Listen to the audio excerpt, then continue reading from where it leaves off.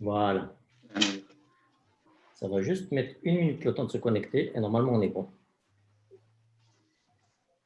On est bon, on est bon. Bon, on est parfait, me semble-t-il. Je vérifie quand même. Voilà, donc on est parfait. Bien, bonjour à tous. Merci à vous deux d'avoir accepté mon invitation sur ce live Facebook sur le thème de la situation des réfugiés et des déplacés internes dans la région du Kurdistan. C'est un thème qui est assez important pour nous d'aborder parce qu'on verra que la région du Kurdistan traverse une vraie crise des réfugiés et des déplacés internes, mais on y viendra un peu plus tard au cours du webinaire. Donc, pour ce faire, j'ai mes deux invités en la personne de Jérémy Chaumet, qui est directeur général de France Liberté Fondation Daniel Mitterrand, Bonjour à vous. voilà, qui est très connu des Kurdes. Bonjour, merci Jérémy. Et Alexandra Isserti, qui est responsable mission Irak, Syrie, Algérie chez l'ONG Triangle Génération Humanitaire. Donc, merci d'avoir répondu positivement à mon invitation. Je vous propose de vous présenter. Okay. On peut commencer par Alessandra peut-être. D'accord. Bonsoir tout le monde. J'espère que vous m'entendez. Donc, je m'appelle Alessandra, comme on vient de le dire. Je suis responsable des missions pour Triangle Génération Humanitaire depuis quelques mois, basée à Lyon. Et je travaille pour Triangle depuis plusieurs années en ayant travaillé pour eux en expatriation dans différents pays tels que le Soudan, la Birmanie. Et c'est avec grand plaisir que je suis là ce soir. Donc, merci aussi pour cette invitation et pour nous permettre de parler de notre travail au Kurdistan. Merci. Merci à vous, en tout cas. Merci d'avoir répondu positivement à mon invitation. Et Jérémy, je te propose peut-être de te présenter. Oui, donc merci Rewan. Donc moi je suis Jérémy Chaumet, le directeur général de la Fondation Daniel Mitterrand, France Liberté. J'occupe cette position depuis 2 ans et demi maintenant. Et auparavant, j'étais en charge de nos programmes liés au Kurdistan, donc de 2015 à 2018, et programmes éducatifs. D'accord, donc c'est une région que tu connais très bien. C'est une région que je connais bien et où j'aime beaucoup aller, et où j'ai pas mal d'amis maintenant. D'accord, c'est parfait. Avant de commencer à mettre un petit peu le focus sur vos missions respectives, je vais peut-être vous donner des données d'ensemble sur la situation des réfugiés dans la région du Kurdistan, peut-être quelques chiffres sur lesquels j'aimerais m'attarder. Donc, la région du Kurdistan d'Irak est une région qui fait à peu près 6 millions d'habitants. Sur ces 6 millions d'habitants, on compte aujourd'hui 996 881 réfugiés et déplacés internes. C'est-à-dire que c'est une grosse proportion de la population. Cette proportion de la population était plus importante, notamment 2014-2015, après la guerre, au début de la guerre de l'offensive de l'État islamique, où on a atteint un stade d'à peu près 1,9 million de réfugiés et de déplacés internes. Fort heureusement, aujourd'hui, ça a un petit peu diminué. Cela dit, les populations en masse sont encore là, malheureusement, et parce que la situation du pays n'est pas encore tout à fait stable. D'un point de vue historique, les premières vagues de population réfugiée sont arrivées en 2011 avec le commencement de la guerre civile en Syrie. Donc, on a accueilli à cette époque à peu près 300 000 réfugiés venant de Syrie qui, pour l'immense majorité d'entre eux, sont des personnes kurdes, des personnes d'origine kurde. Elles sont arrivées dans la région du Kurdistan, se sont installées soit dans des camps, soit dans les villes, ont commencé à travailler et depuis 2011 vivent pour la plupart dans la région du Kurdistan. Même si une certaine partie d'entre elles ont émigré vers l'Europe ou l'Amérique du Nord. On a ensuite eu une très très grosse vague, pour le coup pas de réfugiés, mais de déplacés internes. La différence est importante parce qu'un réfugié est une personne qui quitte son pays pour s'installer dans un autre pays, là où un déplacé interne est simplement une personne qui quitte la zone dans laquelle il vit dans son pays pour rester dans son pays, mais vivre dans une autre zone plus, on va dire, de manière plus à l'abri. Donc, à cette époque, la majorité de ces réfugiés étaient des gens qui ont fui ce qu'on appelle la plaine de Ninive, ce qu'on va appeler aussi les régions au sud de Kirkouk, ou bien encore bien au sud de l'Irak, bien plus au sud, les régions de Fallujah. Nous avions dans la plus grosse proportion de ces réfugiés, c'était des Arabes sunnites qui ont fui les violences de l'État islamique. Il y a aussi une grosse proportion de personnes de confession yézidi, qui ont fui le Sinjar lors de l'offensive de l'État islamique sur la région de Sinjar, et puis les chrétiens d'Orient, enfin les chrétiens de la plaine de Ninive, je dirais, qui ont fui leur ville comme Karakosh, etc., pour venir s'installer soit dans les faubourgs d'Erbil, soit dans les autres provinces, enfin oui, gouvernorats de la région du Kurdistan. Alors, ces populations chrétiennes avaient déjà commencé à quitter la région de Bagdad dès 2004-2005, après l'invasion américaine, parce qu'il y avait à l'époque déjà des troubles et des attaques des attaques confessionnelles contre les chrétiens. Il est aussi important quand même de préciser qu'il y a à peu près 10 000 réfugiés de Kurdes de Turquie qui sont venus s'installer au milieu des années 90 dans la région du Kurdistan d'Irak, qui ont fui les campagnes menées par le gouvernement turc. On a aussi, c'est un peu plus anecdotique, mais on a 700 Palestiniens qui ont été installés là dans les années 80, et puis des Kurdes iraniens qui aussi, pour la plupart du temps, ont fui pour des questions politiques leur terre et sont venus s'installer dans la région du Kurdistan d'Irak. Ces réfugiés sont pour la majorité dans des villes ou dans des petites des localités de la région du Kurdistan d'Irak, mais environ la moitié d'entre eux vivent encore dans des camps répartis sur 37 camps de la région du Kurdistan d'Irak. Les chiffres sont fluctuants. On l'a vu avec l'offensive dans le nord de la Syrie, l'offensive turque dans le nord de la Syrie. On a dû réouvrir un certain nombre de camps, notamment celui de Bardaraj, pour accueillir des personnes qui ont fui les bombardements turcs et de l'opposition syrienne à cette époque, qui sont venus s'installer. Donc voilà un petit peu, je dirais, un topo d'ensemble de la situation. Il reste aujourd'hui encore un peu moins d'1 million de déplacés internes et de réfugiés dans la région du Kurdistan d'Irak. Donc, si on fait le ratio par rapport à la France, c'est énorme. C'est comme si 20 millions de réfugiés déplacés internes venaient s'installer en France. C'est pour que les gens qui nous suivent comprennent un petit peu les enjeux. Donc voilà. Maintenant, je vais peut-être vous proposer de revenir un petit peu sur l'historique et le commencement de vos missions dans la région du Kurdistan. Peut-être que vous pouvez nous dire quelle a été l'impulsion dès lors qui a été donnée pour vous, pour lancer vos missions dans la région. Donc, on va peut-être commencer par Alessandra, si tu peux nous en dire un petit peu plus sur Triangle. Oui. Donc, alors pour répondre à cette question, moi, je vais plutôt me reposer sur un texte que j'ai reçu cet après-midi de la part de Jean-Luc Joanneau, notre directeur adjoint, qui était censé être avec nous ce soir, mais à cause des problèmes de connexion, se trouve actuellement en République centrafricaine, ne peut pas nous rejoindre, mais qui est parmi les membres fondateurs de Triangle et parmi ceux qui ont fondé la mission en Irak et au Kurdistan en particulier de Triangle. Donc, c'est comme s'il prenait la parole. Donc, voilà, je vous lis ce qu'il m'a transmis. Donc, au début des années 90, suite à l'exode kurde et la guerre du Golfe, le Kurdistan irakien est mis sous protection de l'OTAN.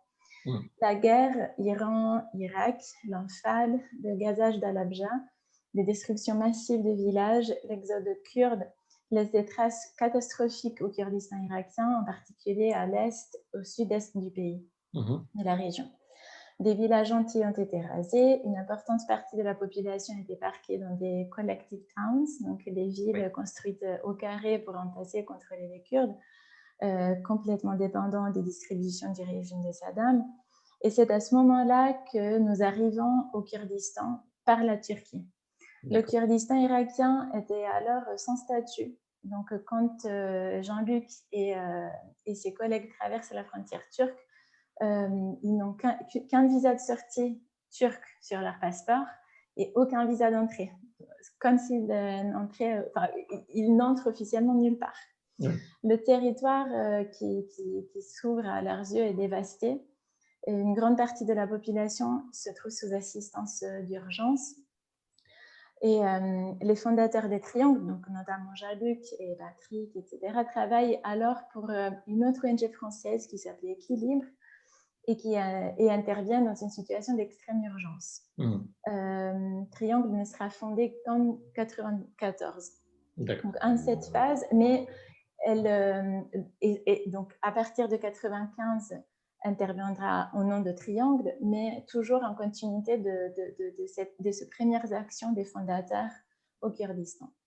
Beaucoup de gens survivent sous les décombres de leurs habitations et nous fournissons alors des biens de première nécessité, des bâches, de la nourriture, de l'eau, des petits poêles à kérosène et des couvertures, car c'est l'hiver.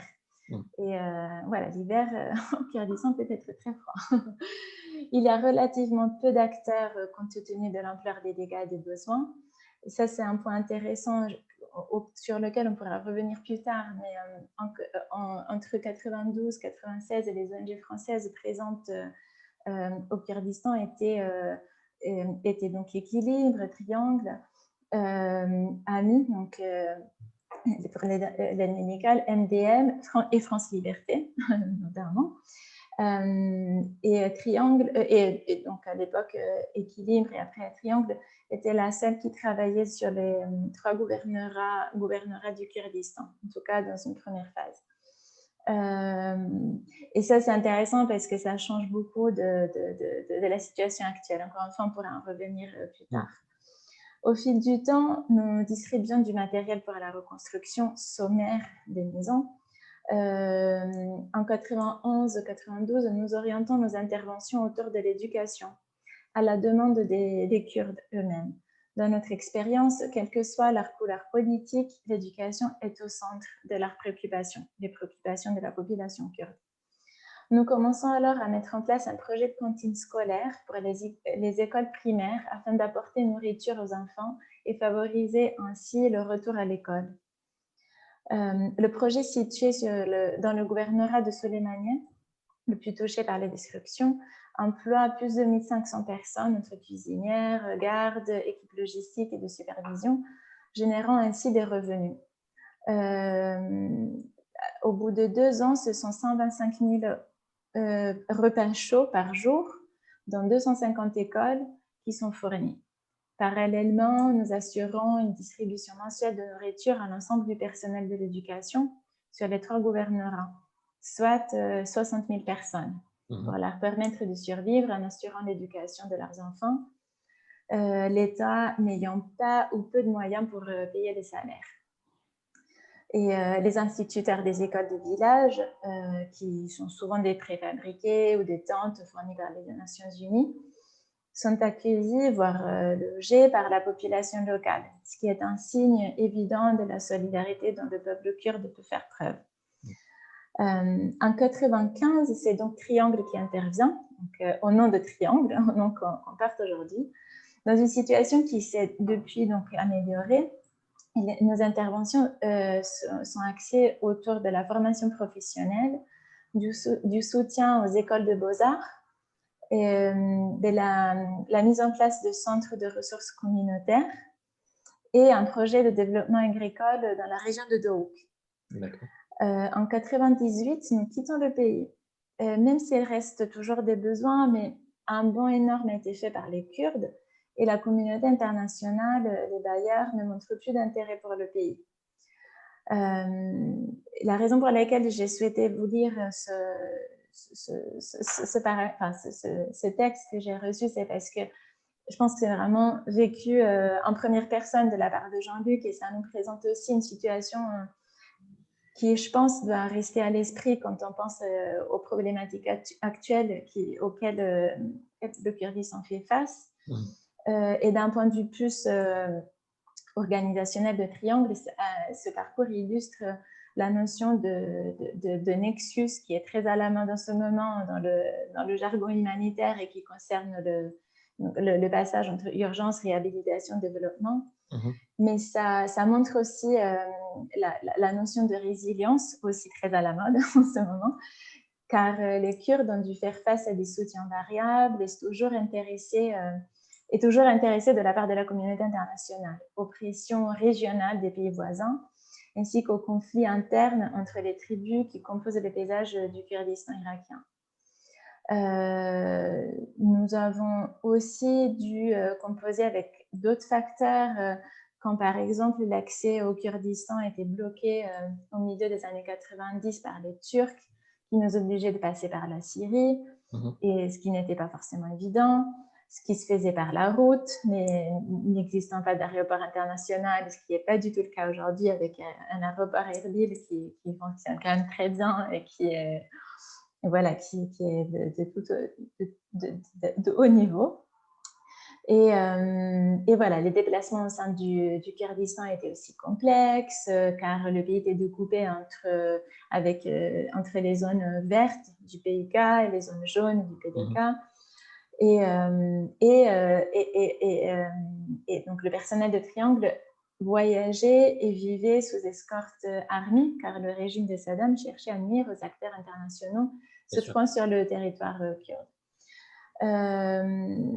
Voilà, donc nous nous sommes arrêtés en 1998 et nous sommes revenus en 2013 via l'aéroport cette fois-ci. Et à partir de ce moment-là, on a essayé on s'est penché sur la question de la déstabilisation du pays qui s'était en attendant considérablement développée, mais avec l'arrivée massive de réfugiés kurdes dont vous avez parlé, et puis des déplacés d'Irak, a subi des secousses. Alors moi, je ne vais pas monopoliser la parole, donc je vais peut-être laisser Jérémy présenter un petit peu l'historique de France Liberté, et après je pourrais revenir plus tard si vous souhaitez sur ce qu'on fait depuis 2013 au Kurdistan. On y reviendra. En tout cas, c'est une présentation, on va dire, sous le prisme historique assez complète. On voit que vous êtes arrivé très très tôt sur le terrain, dès les années 90, où le contexte était complètement différent. Vous avez dû vous réinvestir par la suite pour des raisons tout autres. Et puis, on va peut-être, on va revenir là-dessus. Donc, merci. Je vous en prie. Jérémy, à toi peut-être pour France Liberté. Merci. En fait, on a une histoire assez similaire. Il faut savoir que la fondation a été créée par Daniel Mitterrand en 1986, que nous, à la base, on est plutôt une fondation de défense des droits humains et de ce qu'on appelle les biens communs du vivant, donc plutôt aussi la dimension écologique. Et dans notre action de défense des droits des peuples, très vite, on s'est tourné, on a été amené à travailler avec le peuple kurde, alors côté dans les différents pays où sont présents les peuples kurdes. Et Daniel Mitterrand était une des premières personnalités à connaître et à savoir ce qui s'était passé à Halabja en 88 et après à se mobiliser. Voilà, donc on était d'abord une structure qui se mobilisait pour le droit et pour les droits des Kurdes. Je ne vais pas revenir là-dessus, sinon ça va être très long. Mais on a quand même souhaité aussi agir en tant qu'organisation de solidarité internationale, ce qui nous a amené à accueillir ici en France, en tout cas faciliter l'accueil de familles kurdes à la fin des années 80, début des années 90, et puis à agir un petit peu comme équilibre et avec l'ancêtre de Triangle au Kurdistan de 92 jusqu'à 98, nous aussi. Je crois qu'on a eu ce qu'on appelait une guest house de 94 à 98 à Souleymaniye, en train de travailler sur la reconstruction des routes, sur l'éducation, aussi sur des programmes alimentaires, je crois. Et ensuite, après 88, on était moins actifs. Daniel Mitterrand a quand même inauguré, était la personnalité étrangère qui a inauguré le Parlement kurde, si je ne dis pas de bêtises, ou en tout cas la première à venir en 2002, puis après on est revenu en 2009.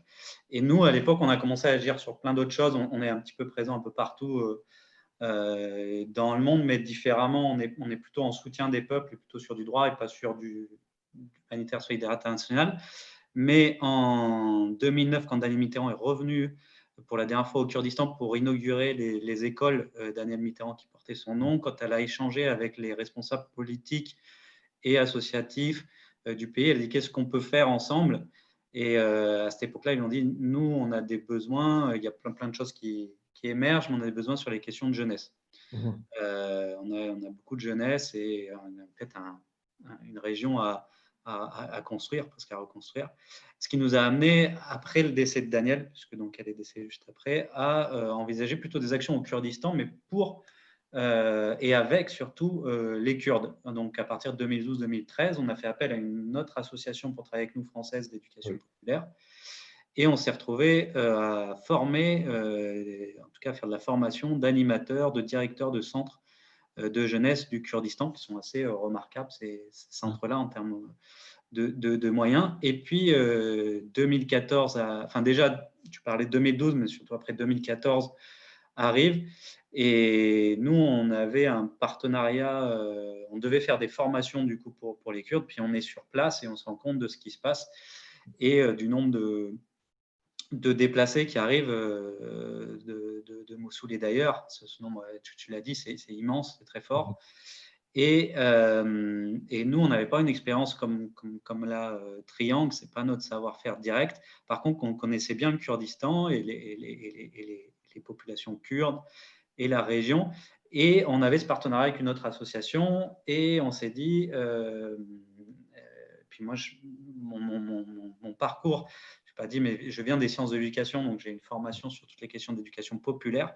Et en fait, en visitant le camp de Bardarache, qui est un des premiers camps dans lequel on a pu agir donc avec Triangle aussi à l'époque, on s'est rendu compte les besoins des enfants sur ce qu'on appelle, nous, l'éducation populaire ou l'éducation non formelle, c'est-à-dire toute l'éducation qui va se faire en dehors de l'école et qui va être une éducation plutôt civique, enfin, en tout cas qui va se tourner sur l'émancipation des enfants, elle et on ne va pas dire manquante, mais très, très peu présente, c'est-à-dire que les enfants vont 3 heures par jour à l'école sur différents roulements, et ensuite ils vont aller soit chez eux, soit ils vont participer, des associations vont organiser ce qu'on appelle des activités récréatives. Vous allez pouvoir jouer au foot, mais sans forcément avoir des animateurs qui ont une formation éducative, c'est-à-dire qu'ils vont se poser la question comment jouer au foot va permettre, comment je vais donner des objectifs pour que quand on va jouer ensemble, on va essayer de grandir, d'apprendre le respect, d'apprendre à s'exprimer et aussi de faire ressortir les traumatismes qu'on peut avoir. Ce qui nous a amené, quand on s'est rendu compte de cela, à mettre un projet ensemble en place à Bardarache. Et après, la Fondation a développé un programme de 3 ans, qui était notre programme principal, nous, au Kurdistan, tourné sur l'appui, l'accompagnement d'ONG locales à la mise en place d'actions d'éducation populaire, comme je le disais, donc en dehors de l'école, dans 11 camps du Kurdistan sur 3 ans. On faisait à peu près 3 à 4 camps chaque année. Et donc, on a formé une cinquantaine d'animateurs et surtout, on a formé des formateurs. Donc là, des ONG kurdes irakiennes, les formateurs et les animateurs venaient des camps de réfugiés et de déplacés à ces méthodes-là. Et puis, on a créé des livrets et on a fait tout ça en co-construction un petit peu. Nous, on a amené nos connaissances, les ONG kurdes, leur connaissance du terrain et leur connaissance, enfin, leur approche de l'éducation. Et ensemble, on a créé en fait des livrets de formation et un parcours de formation pour les animateurs, pour les formateurs au Kurdistan, qui est là maintenant, on travaille avec le gouvernement régional du Kurdistan, en tout cas c'est l'ambition, et le ministère de la Culture et de la Jeunesse, pour faire reconnaître ces formations-là. Donc voilà, on a eu un parcours, c'est la seule fois, nous on est une petite structure à Paris, où on fait beaucoup de plaidoyer, et c'est la seule fois des 10 dernières années où on a eu une présence physique dans notre pays, puisqu'on avait donc ce qu'on appelle une guest house aussi là-bas sur place, et un staff sur place également. D'accord, très bien. C'est assez complet. Je te remercie, Jérémy. Donc, j'avais envie de vous poser la question, quels sont les domaines dans lesquels vous intervenez, mais finalement, vous y avez répondu. Et on constate que finalement, aussi bien chez Triangle que chez la Fondation Daniel Mitterrand, vous répondez actuellement plutôt à des besoins peut-être sociétaux, de la formation de formateurs, ça va être de l'accompagnement du périscolaire. On n'est plus tout à fait dans de l'humanitaire, on va dire, pour des besoins de base, d'après ce que je comprends bien, même si Triangle a commencé par la distribution de repas, etc. Et justement, Alessandra, vous parlez vous aussi de formation de formateurs. Concrètement, de quoi est-ce qu'il s'agit en ce qui vous concerne? Donc, à l'époque, c'était de formation des formateurs, enfin, d'instituteurs à l'école et tout ça. Mais juste pour repréciser ce que tu viens de dire, donc actuellement, effectivement, on ne fait plus de l'assistance aux déplacés ou aux réfugiés, même si c'est quelque chose d'assez récent parce qu'on était présent dans les camps, dans le camp de Khazer, par exemple, jusqu'il y a quelques mois. Donc, on est quand même resté actif dans les camps de déplacés jusqu'à très récemment. Et on garde l'ambition de continuer d'être actif sur ça. Et je vais revenir sur cet aspect. Mais on fait beaucoup de formation de formateurs et pas que, donc formation des travailleurs sociaux également. Donc, ça, je pense que c'est un projet intéressant à mentionner. Donc, depuis 2017, on travaille en partenariat avec le ministère des Affaires sociales pour tout ce qui concerne la protection de l'enfance, que ce soit donc, et la formation de leur personnel, donc, de leur cadre, mais également des travailleurs sociaux, mais également les personnels des orphelinats et d'autres structures sociales qui s'occupent des enfants, y compris les enfants non accompagnés, les orphelins, etc. Et aussi le développement d'outils, de politiques, de procédures, avec le soutien du HCR, donc de l'Agence des Nations Unies dédiée aux réfugiés, qui a donc repéré ce besoin au Kurdistan irakien d'abord, et ensuite nous a demandé d'élargir notre intervention à l'Irak fédéral également. Et donc, on fait de la formation qui est diverse et variée, qui concerne la gestion des cas, des risques identifiés, des cas en difficulté identifiés parmi les enfants. Et ce qui a été assez intéressant depuis du coup, le mois de mars cette année, c'est qu'on a dû digitaliser nos formations à cause du Covid. Donc, ça, c'était quand même un challenge parce que je pense que voilà, dans certains secteurs, le travail à distance était déjà quelque chose qui existait, mais dans l'humanitaire et même dans le développement, c'est pas forcément quelque chose qui se faisait déjà. Et dans le secteur gouvernemental, c'était pas évident non plus. Mais donc voilà, on a continué d'organiser nos formations à distance. Et on continuera donc de le faire l'année prochaine normalement, qui par contre va clôturer du coup ce cycle d'accompagnement du ministère et des départements sur les 3 gouvernorats kurdes.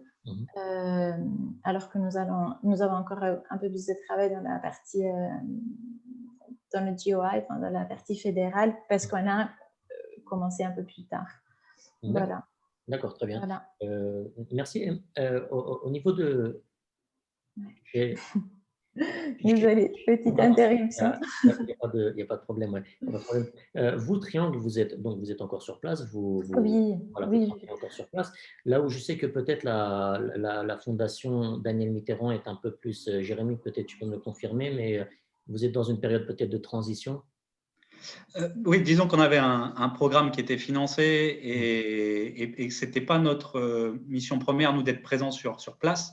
Et donc, on agit maintenant à distance puisque on accompagne toujours 5 ONG kurdes irakiennes dans ces travaux-là. Mais nous, on n'est plus présents sur place. Mais vous avez toujours via ces ONG, vous avez toujours un pied sur le terrain. Exactement. Et puis, on est aussi à d'autres endroits du Kurdistan. Oui. Mais d'accord. c'est assez différent de Triangle. Je me permets juste de revenir sur une chose rapidement, Ewan, mais c'est vrai que quand on parle des questions psychosociales ou d'éducation, c'est vrai que souvent, on ne les met pas forcément dans la partie urgence. Mais pour nous, c'est quelque chose qu'on essaye un peu de faire évoluer. C'est-à-dire qu'une fois, c'est sûr que la première des choses, c'est avoir un toit et avoir à boire et à manger. Mais c'est vrai qu'en 2015, quand vous avez tous ces enfants qui arrivent dans un camp, comme celui par exemple de Bardarage, vous avez 12 000 personnes, 5 000 enfants. Vous avez 5 000 enfants, alors à différents niveaux, mais tous traumatisés, plus ou moins. Et ce n'est pas à l'école où ils peuvent faire ressortir leur trauma. Et malheureusement, on ne peut pas avoir 5 000 psys. Et donc, c'est pour ça que nous, les activités qu'on essayait de mettre en place, qui sortaient du récréatif et qui étaient éducatifs, mais avec une dimension psychosociale, répondent aussi à une forme d'urgence, dans le sens où plus tôt on agit, plus le trauma peut disparaître. Parce qu'une des difficultés qu'on voit plus tard, c'est que les syndromes post-traumatiques, eux, ont tendance à rester chez les enfants quand ils grandissent. bien sûr. plus tard. Non, non, C'est juste une aparté pour dire aussi l'importance. Le sens de mon propos n'était pas, si tu veux, dans l'inconscient peut-être collectif ou chez la majorité des personnes, quand on parle de l'humanitaire, on va penser à de la distribution de repas, ou de soigner, des campagnes de vaccination, etc. Là où je voulais en venir, c'est que vous, finalement, vous étiez sur des créneaux peut-être différents, mais qui sont tout aussi importants, bien sûr. C'est tout aussi important. Donc, ça, je le je débat pense pas. que c'est un point intéressant, celui que Jérémy vient de soulever, parce qu'effectivement, notre intervention a beaucoup évolué. Et c'est vrai que dans les camps des déplacés donc internes irakiens, nous, on a plutôt, pendant les dernières années, nous avons plutôt travaillé ces questions de la protection de l'enfance, on appelle ça en jargon, qui concerne exactement les enfants non accompagnés, mais aussi les enfants qui ont juste dû quitter leur village et qui ont donc subi des traumatismes, qui ont assisté à des scènes de violence, etc. Et c'est justement parce qu'on a fait tout ce travail dans les camps que le HCR, donc cette agence des UN qui s'occupe des réfugiés, nous a ensuite demandé de former le ministère des Affaires sociales. Donc c'est justement pour ce travail d'urgence auprès des réfugiés déplacés que nous nous trouvons actuellement à réaliser ce travail. Je pense que c'est un point intéressant parce que oui, les besoins vont au-delà des besoins physiques, disons. Il y a aussi bien entendu, surtout que c'est des populations qui ont beaucoup qui en ont subi avec les traumas de la guerre, il y a tout un tas de traumas du déracinement, etc. la séparation des familles. Exactement. Je pense qu'il y a beaucoup de stress qui ont expérimenté. C'est très important. Et justement, peut-être pour rebondir un petit peu sur ce que tu disais, quel est le niveau de coopération et d'échange que vous avez avec les autres acteurs sur le terrain? Ça peut être des ONG, ça peut être la société civile ou le gouvernement, ou les gouvernements, j'ai envie de dire. Comment est-ce que ça fonctionne dans les deux cas, aussi bien chez la Fondation que chez Triangle? Comment vous fonctionnez à ce niveau-là? Je réponds, Jérémy répond. Je te laisse parler, Jérémy? Non, je ne sais pas. Comme tu veux, je peux démarrer. Alors, je vais essayer d'être plus. En plus, nous, on est un peu moins actuel. Nous, notre ambition en venant. Ce qu'il faut aussi dire, c'est que comme tu disais au début, il y a 6 millions de personnes qui habitent au Kurdistan et tout d'un coup 2 millions de déplacés, de réfugiés. C'est énormissime. Et donc, quelque chose qui est important, c'est de travailler aussi au maximum avec les habitants et avec les populations, parce que des fois, on oublie ça. Et on sait que les bailleurs, ceux qui nous financent, des fois, nous amènent difficilement à travailler. Enfin, tous les financements sont dans les camps. Et donc, pour nous, à la Fondation, c'était super important de travailler avec les populations dites d'accueil, donc les populations en majorité kurdes, et les déplacés, les réfugiés tout le temps, et que notre action soit pérenne, enfin au maximum puisse laisser de la place. Et donc c'est pour ça que dans le programme qu'on a utilisé, on avait trois acteurs différents qui travaillent avec nous, les ONG kurdes irakiennes ou irakiennes, c'était le principal. Et là, on était plutôt dans des relations qu'on essayait de co-construction. Donc, il y avait on a monté une sorte de comité avec ces ONG sur les questions d'éducation populaire, et on avait ce groupe de formateurs avec lesquels on a travaillé au maximum, et donc des 3 gouvernorats. Ça, c'était très important pour nous. Pas toujours évident sur les questions de langue aussi, quand il y avait en plus des déplacés ou des réfugiés dedans, mais on a travaillé avec eux, et ça, c'est fondamental. Et on sait aussi, ça c'est quelque chose qui est important, que ces ONG ont des compétences que nous n'avons pas. Et probablement aujourd'hui, ce serait intéressant de faire aussi de l'échange de pratiques, c'est-à-dire qu'on ait des ONG kurdes et des formateurs kurdes qui viennent aussi en France ou ailleurs, parce que quand on est en capacité d'accueillir autant de personnes, c'est forcément beaucoup de compétences qui sont développées. Voilà, donc ce premier acteur-là qui était fondamental pour nous, le gouvernement kurde régional d'Irak avec lequel on a travaillé. Ça n'a pas toujours été évident, parce qu'il y avait, il faut savoir, nous on travaille beaucoup avec le ministère de la Culture et de la Jeunesse, et donc des coupes budgétaires qui étaient liées à la guerre. Parce que quand vous êtes en guerre, c'est pas, il faut d'abord se défendre, et puis le pétrole aussi qui chutait à cette époque-là, mais on essaie de faire de manière plus intelligente possible, et avec toutes les composantes du gouvernement kurde d'Irak, les différents partis politiques, mais en tout cas d'être toujours nous neutre et de travailler avec tout le monde et de travailler aussi avec vous à la représentation là-dessus. Puis le troisième acteur pour nous, c'était d'autres ONG internationales avec lesquelles on a essayé de travailler. Quand on a parlé de Triangle, on travaillait aussi avec une autre qui s'appelait Un Ponte Père. Et donc, d'essayer d'être un petit peu tous ensemble sur ces programmes-là.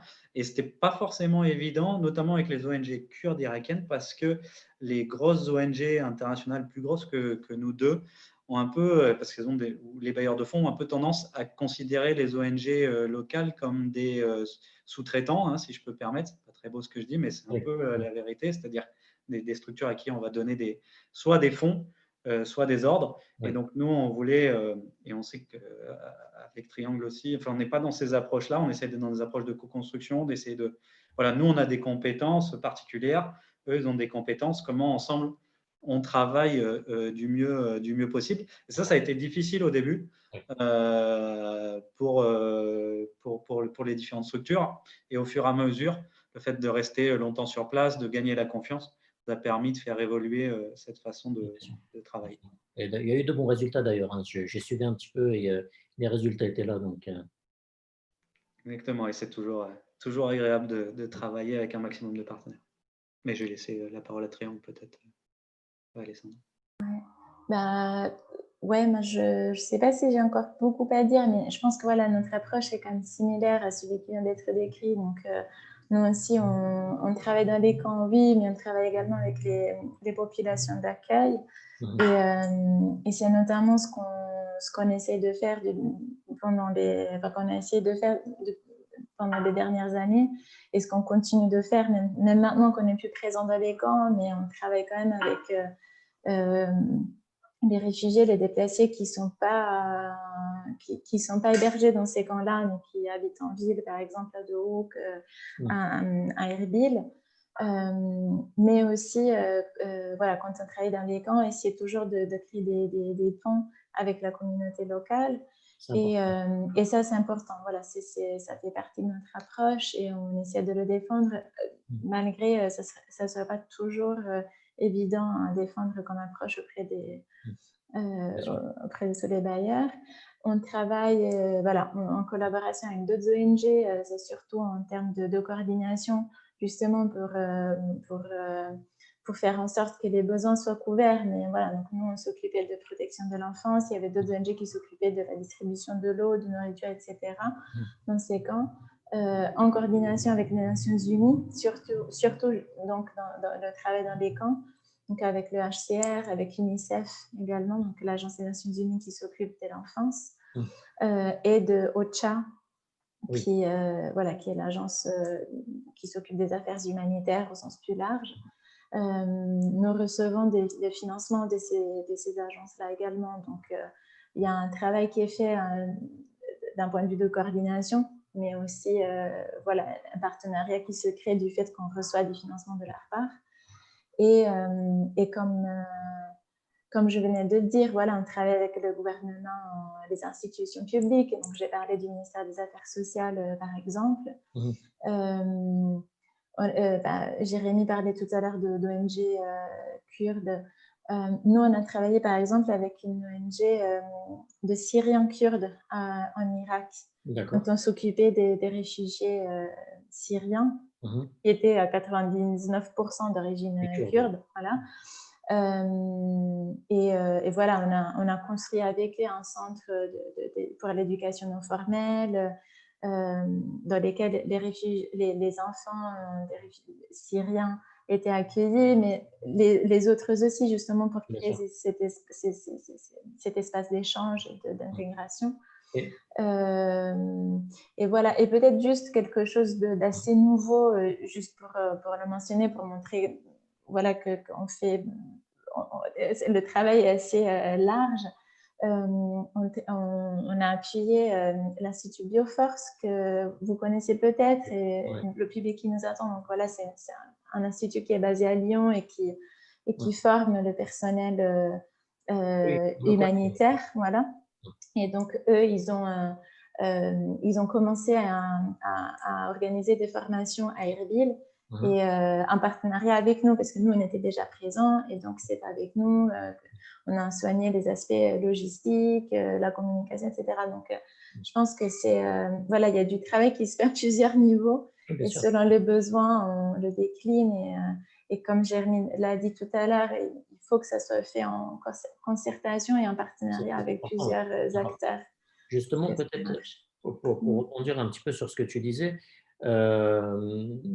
comment est-ce que, pour le coup, vous évaluez les besoins, peut-être vous chez Triangle plus parce que vous êtes encore sur le terrain, comment est-ce que vous évaluez les besoins des populations sur place? Quelles sont vos perspectives pour 2021? Comment vous voyez les choses? Et s'il y a quelque chose sur lequel vous devez vous focus pour 2021, quelque chose de prioritaire, comment est-ce que vous vous organisez? Ouais, merci de cette question qui est quand même la moins facile qu'on a reçue jusqu'à maintenant. Mais c'est intéressant. Moi, je pense que ce qu'il faut se dire, c'est que voilà, c'est un contexte en évolution. Donc, on a parlé de tout ce qui s'est passé dans les années 90, après de ce qui s'est passé avec la crise en Syrie, avec l'arrivée de l'État islamique en Irak et tout ça, la chute du prix du pétrole. Il y a plusieurs facteurs qui rentrent en jeu. Les tensions entre les puissances internationales et donc une région qui a connu une période de développement mais qui est en train ce développement est en train de freiner, voilà. La pandémie qui intervient et donc là, par exemple, on est encore en train d'évaluer les besoins de long terme que ça va engendrer. Nous, en ce moment, là où on mise pour les années à venir, surtout du côté Kurdistan, concerne, moi je dirais deux aspects. D'une part, le travail avec la jeunesse, surtout pour tout ce qui est relance économique, insertion économique des jeunes, et donc formation professionnelle, mais pas que, donc tout ce qui est formation aussi de compétences transversales, qui peuvent être des compétences digitales, technologiques, mais aussi l'innovation. On développe un projet en ce moment. On n'a pas encore mis en place, mais c'est dans le pipeline, comme on dit. Et ça serait à quel public ça serait comment? C'est les jeunes, et nous, ce qu'on essaie de faire, c'est de cibler donc et les Kurdes, et les déplacés, et les réfugiés syriens, parce qu'actuellement, on travaille avec tous ces publics au Kurdistan. Donc, il y a ce volet-là. Et l'autre volet, c'est l'accompagnement au retour. Donc, et là, je pense qu'on est un peu pris par le temps, mais du coup, nous, on ne travaille pas qu'au Kurdistan, on travaille aussi dans la partie d'Irak fédérale. Et avec cet esprit-là, donc de recréer les conditions pour que les retours soient possibles, sachant qu'il y a des fortes pressions de la part du gouvernement irakien pour que les camps fermes soient fermés. Mais il faut aussi que, si les camps sont fermés, les gens sachent où partir. Et donc, nous, on travaille notamment dans la région du Sinjar, tout ce qui concerne développement agricole et relance économique pour que les déplacés d'origine yézidi puissent rentrer chez eux en ayant des perspectives, sans forcément être obligés de partir à l'étranger, comme beaucoup d'entre eux ont dû faire. Donc voilà, moi je dirais que c'est deux aspects-là sur lesquels on vise. Donc la jeunesse au Kurdistan et l'accompagnement au retour, que ce soit volontaire, évidemment, et dans des situations où la dignité de ces personnes qui ont déjà subi beaucoup de traumas et de violences soit respectée. Voilà. Juste par rapport aux chiffres, comme on disait au début, on était sur une population d'un peu moins de 2 millions de réfugiés déplacés internes. Aujourd'hui, on est quasiment à 997 000 personnes. C'est quand même très important. Ça reste très important. Exactement. Et je sais que, dites-moi si je me trompe, mais je sais qu'une personne qui est réfugiée plus de 5 ans n'est plus considérée comme réfugiée par les standards des UN, etc. Donc, ça rajoute de la complexité à la complexité de la situation. Oui, mais après, il y a aussi toute la complexité du fait que, par exemple, ceux qui sont nés sous l'État islamique n'ont pas de papier. Donc, même concrètement, ils ne peuvent pas rentrer chez eux parce que une chose, c'est d'aller à l'école dans un camp où l'école est faite pour les déplacés, par exemple. Autre chose, c'est de devoir se réintégrer dans une école étatique alors que l'école ne te reconnaît pas parce que tu n'as pas un papier qui démontre que tu es né, que ton papa et ta maman sont mariés, par exemple, et tout ça. Donc, il y a aussi ces contraintes-là auxquelles on fait face quand on part de retour. Bien sûr, bien sûr. Malheureusement, le temps passe vite. Le temps passe vite et voilà, ça va bientôt toucher le webinaire touche à sa fin. Peut-être, alors en quelques mots, les difficultés que vous avez rencontrées sur le terrain, aussi bien vous, que des difficultés qui pourraient être d'ordre sécuritaire ou d'autres ordres. Est-ce que vous avez peut-être des conseils à donner à de futures ONG qui veulent s'installer sur place ou des mises en garde, des choses, enfin, vous avez peut-être un point à faire là-dessus? Est-ce que je laisse parler Jérémy aussi un petit peu? Après, je reprendrai la parole, mais juste. Ouais, je pense pour d'autres ONG, et s'ils devaient venir, je pense qu'il y a une difficulté très claire, c'est de bien dimensionner ses besoins, parce que ses capacités d'action, puisque les besoins sont quand même très, très importants. Ils l'étaient, et je crois qu'ils le sont toujours, comme dit Alessandra, et on parle quand même d'1 million de personnes. Donc, et se poser la question et d'analyser aussi qui agit et comment on peut agir avec les autres ONG pour ne pas aller tous sur le même secteur. Aujourd'hui, les financements vont beaucoup vers Mossoul, donc on a aussi beaucoup d'ONG qui sont, ou même plus le sud, qui sont partis du Kurdistan d'Irak, donc il y a besoin de structures qui restent au Kurdistan. Après, il y a un vrai besoin de connaître un peu au moins la particularité du Kurdistan, et c'est son contexte politique et géopolitique. C'est important, si on veut travailler dans les 3 gouvernorats, de comprendre comment ça fonctionne pour ne pas faire trop de bêtises, et savoir aussi que ça peut bouger. On sait aussi que tout autour, le Kurdistan est entouré de tensions géopolitiques assez importantes. Donc ça, c'est important à savoir sur le plan sécuritaire. Après, on est quand même, nous, on n'est pas des experts, on n'est pas allés partout, mais de tout ce qu'on nous a dit, on est sur une région qui a un accueil quand même absolument, je ne sais pas si c'est exceptionnel, mais admirable. C'est probablement exceptionnel des déplacés, des réfugiés, c'est-à-dire que les camps qui étaient là étaient plutôt très bons. La facilité pour les organisations étrangères d'agir au Kurdistan est assez bonne administrativement, même s'il y a toujours des questions de retard, mais en tout cas, on est bien accueillis en eux, et les populations sont prêtes à nous accueillir. Après, des fois, elles ont aussi besoin qu'on travaille avec elles, c'est-à-dire que dans certains camps, certains lieux, pourquoi il y avait quasiment plus d'électricité dans certains endroits dans le camp que dans le village à côté. Donc, c'est important aussi de prendre en considération ces choses-là. Mais bien sûr, il y a des difficultés, je pense qu'on retrouve un petit peu partout, mais sur le plan sécuritaire, sur le plan de l'accueil administratif, on est quand même sur une région du monde où c'est plus simple qu'ailleurs d'agir. Et donc, nous, on serait plutôt à dire oui, n'y allons pas n'importe comment, notamment ne faisons pas la place des populations. Il y a des super structures, mais allons-y. En tout cas, on aurait plus envie de dire aux structures d'aller au maximum coopérer avec les locaux, avec les structures locales peut-être. Oui, puis d'aller au Kurdistan et d'agir, ne pas hésiter, parce que des fois on se dit voilà, c'est loin, c'est l'Irak, et on n'ose pas trop, mais on dépasse vite les difficultés et on trouve toujours des solutions là-dessus quand on est sérieux, et c'est pas rien, c'est une région importante, des gens importants, et c'est pas un travail que n'importe qui peut faire non plus. Bien sûr.